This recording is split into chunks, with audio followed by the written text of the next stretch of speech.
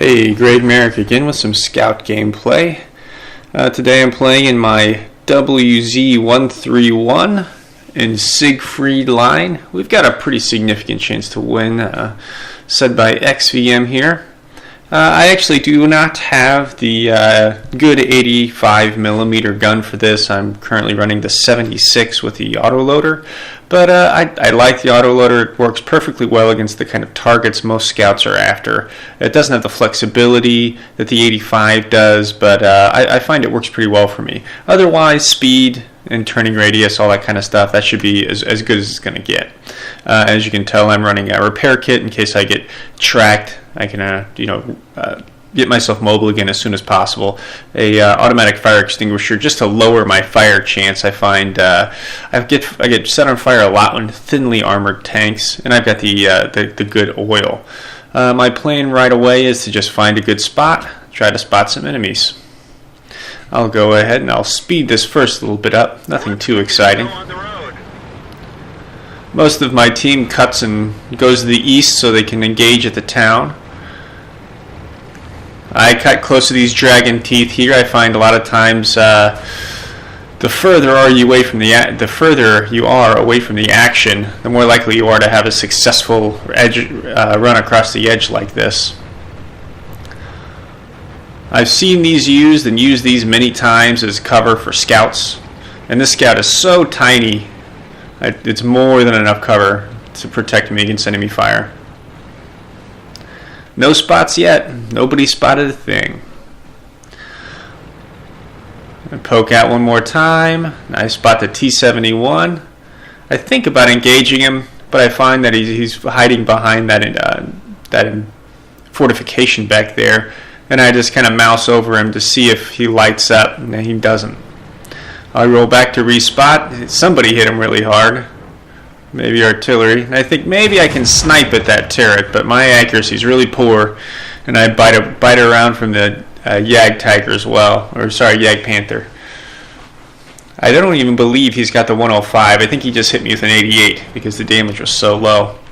I actually sit here for a few minutes because I don't have any support, but eventually this Type 59 rolls up, and he's going to offer me just some support, it looks like. I'm still waiting, and right here, as you can tell, it looks like the Type 59 is beginning to advance. I see that, and having spotted no more enemies, I decide to back him up.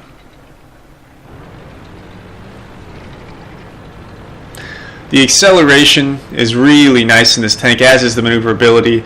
The only issue is the top speed is fairly low, and you're still fairly vulnerable when traveling laterally in front of other tanks.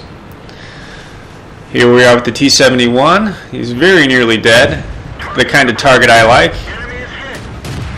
Alright, I'm able to finish him up, and you see the Yag Panther there in the distance. I'm just firing to keep him distracted, maybe get him to duck behind some cover. I know I'm not going to pin him. I've only got about 80 or so millimeters of average pin with this. And between our artillery and fire from the city back here, the Yag Panther is destroyed. I go ahead and I leave behind my Type 59 partner here and try to start looking for artillery. I'm going to go ahead and speed it up because they're not in any of these usual places. And I know this T-34 over here, he looks like he's hanging back. He could potentially be a problem. So I'm going to cut as far south as I can, try to give him as few shots as possible. I end up having to blow through some cover here to get to the FE-304. And I auto-locked him to fire at him as well. I find that's a lot easier to do when you're moving back and forth, but your target is not. And another Yag Panther I've got to deal with. Again, I'm just firing just to get him to maybe take some cover, and I immediately reload. It only takes a few seconds to reload. It gives me the option to deal that extra 100 or 200 damage that it would take to take an enemy down. And now I'm waiting for this Yag Panther to make a decision. Is he going to charge me or wait for me? And he decides he's going to try to find an angle on me. Probably not the best decision. For the moment here, I'm auto-locked, or auto-aiming. I'm just going to circle strafe him, and now that I'm behind him, he's as good as screwed. His best chance is to back up to this cover.